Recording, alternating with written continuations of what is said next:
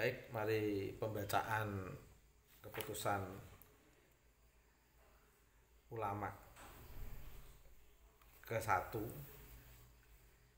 di Surabaya pada tanggal 21 Oktober 1926 Masehi. Kita lanjutkan.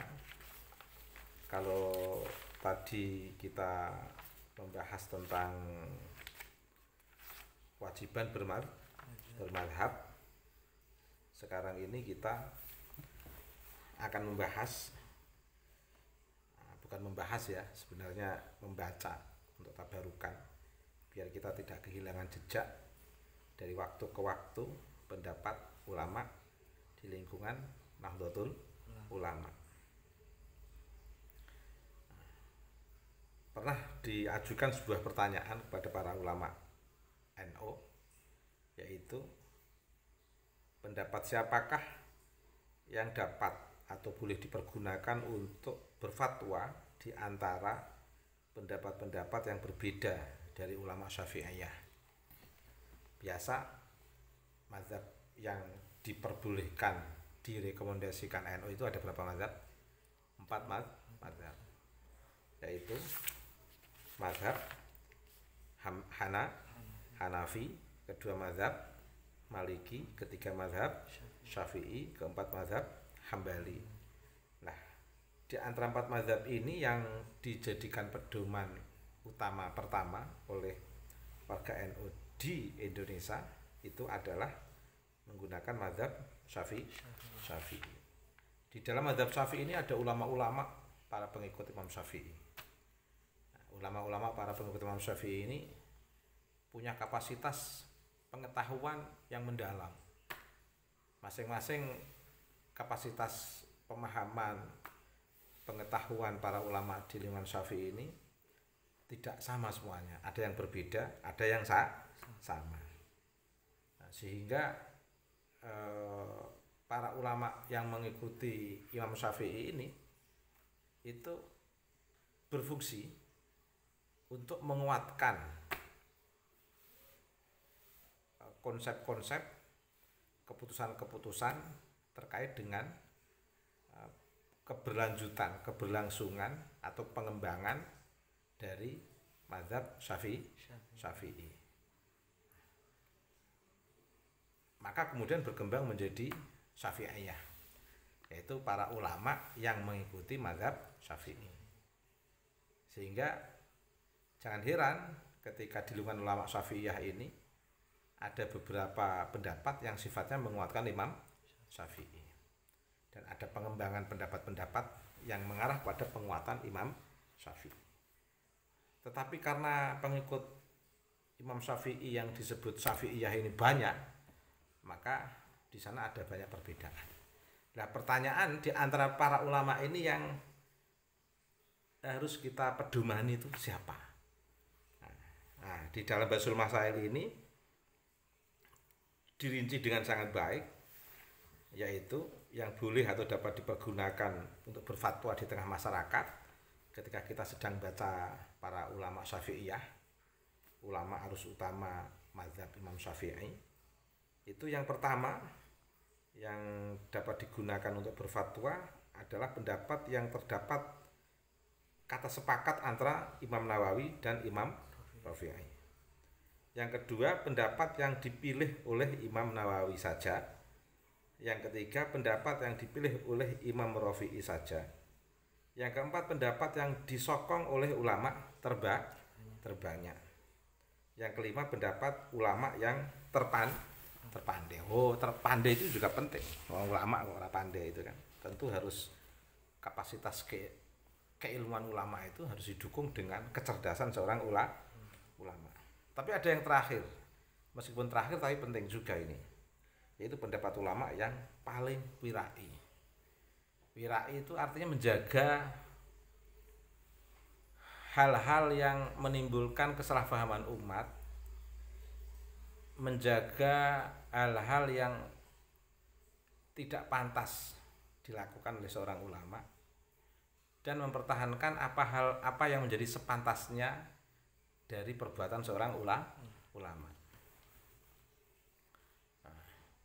Ya meskipun secara eh, kepribadian ada ulama itu masuk ke diskotik misalnya, dia itu di diskotik nggak punya kepentingan apa-apa, hanya pengen berdoa di diskotik. Tetapi tetap saja diskotik itu ruang yang dalam pandangan umum itu tidak baik. Nah, kalau ada ulama yang sering ke diskotik, kayak kurang pekerjaan saja. Di musola masih banyak yang perlu didatangi ulama kan. Di masyarakat masih banyak yang datangi ulama, masa harus datang di diskotik segala. Ya, kalau pengen berdoa di masjid juga bisa. Nah, artinya apa? Tanpa harus membenci seorang ulama yang ke diskotik itu, mungkin punya kepentingan yang lain sehingga kita tidak berasumsi negatif thinking, tidak berasumsi suudzon, tetapi tetap saja kita harus hati-hati untuk mengambil merujuk pendapat ulama yang suka datang ke disko, karena ini kategorinya tidak wirai. Nah, kategorinya tidak wirai. Atau ngopi di warung nggak apa-apa, tapi kalau kemudian penjual warungnya yang selalu dipakai jujukan ngopi yang perempuan cantik, istilah rembangnya itu kopi senggol, katakan begitu. Nah ini kita harus hati-hati, meskipun kiainya yang ngopi di kopi senggol itu tidak apa-apa, tidak berbuat apa-apa selain ngopi dan ingin tahu perkembangan masyarakat yang sedang ngopi di situ. Tapi tetap saja kita harus hati-hati, karena kewiraian itu tidak hanya bentuk istiqomah istiqomah melakukan kebaikan yang dilakukan oleh oleh seorang ulama, tapi juga seorang ulama yang bisa ngomong masyarakat. Artinya kalau ada seorang ulama membuat suudzon masyarakat, itu kan ulama nggak mau ngomong masyarakat. Ada ulama membuat masyarakat ketakutan untuk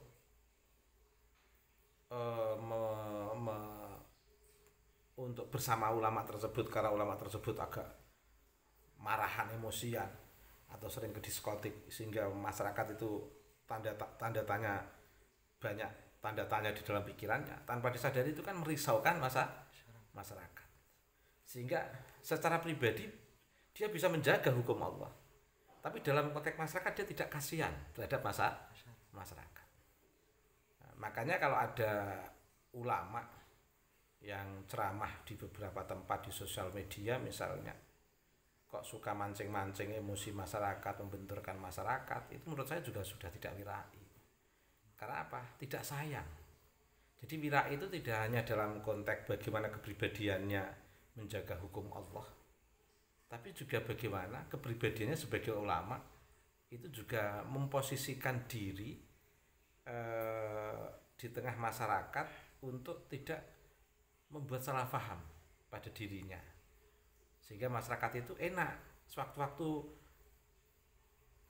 dibutuhkan untuk mencari siapa yang harus dipegang fatwanya, itu enak. Oh, ulama itu enak.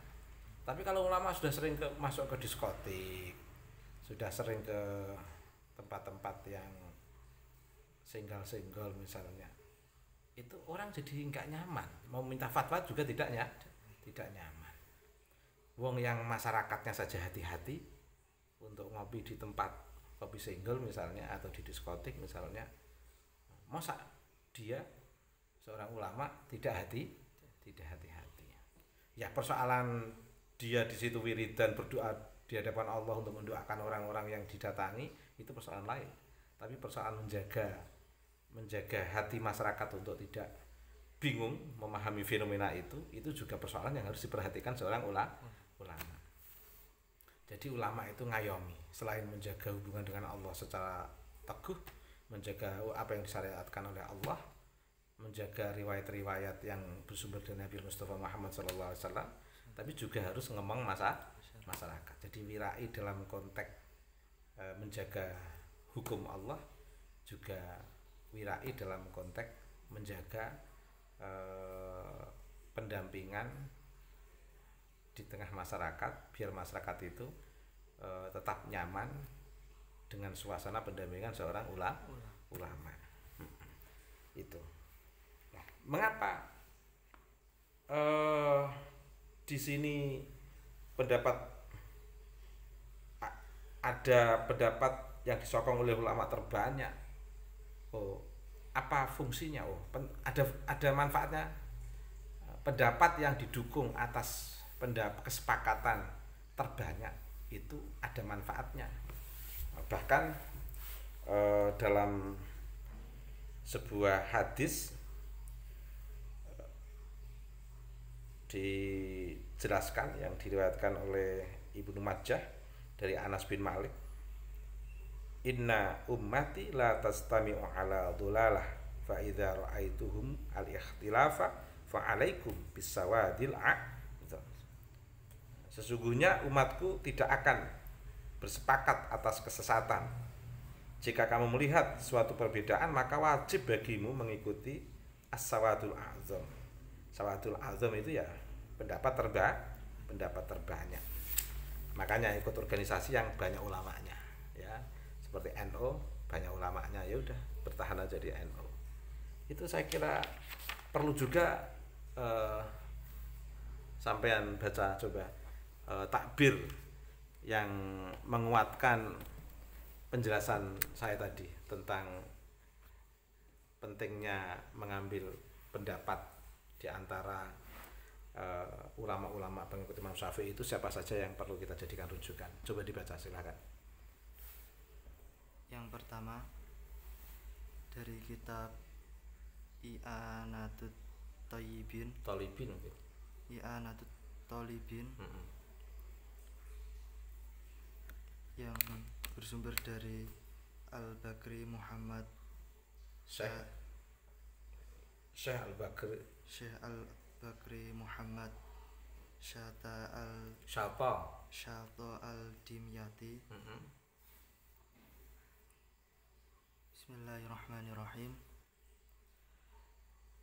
Innal mu'tamada, sesungguhnya adapun mu'tamad, fil mazhabi, di dalam bermazhab, lil hukmi, pada hukum, wal fatwa, dan berfatwa, itu ma hukum, ittafaqa,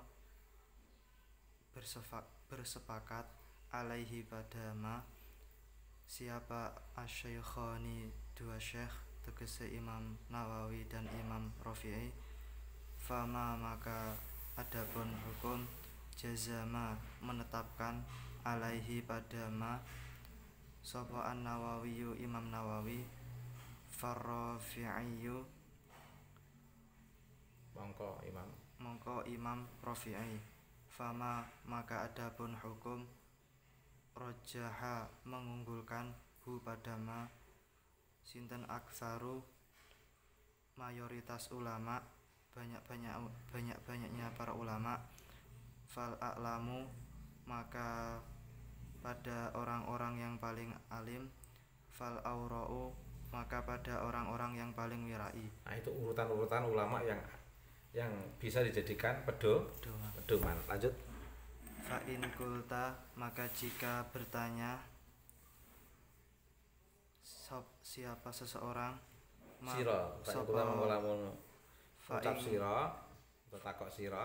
in kulta, maka jika bertanya siapa, maka jika engkau bertanya, ma, pada hukum, alladzi yuftah,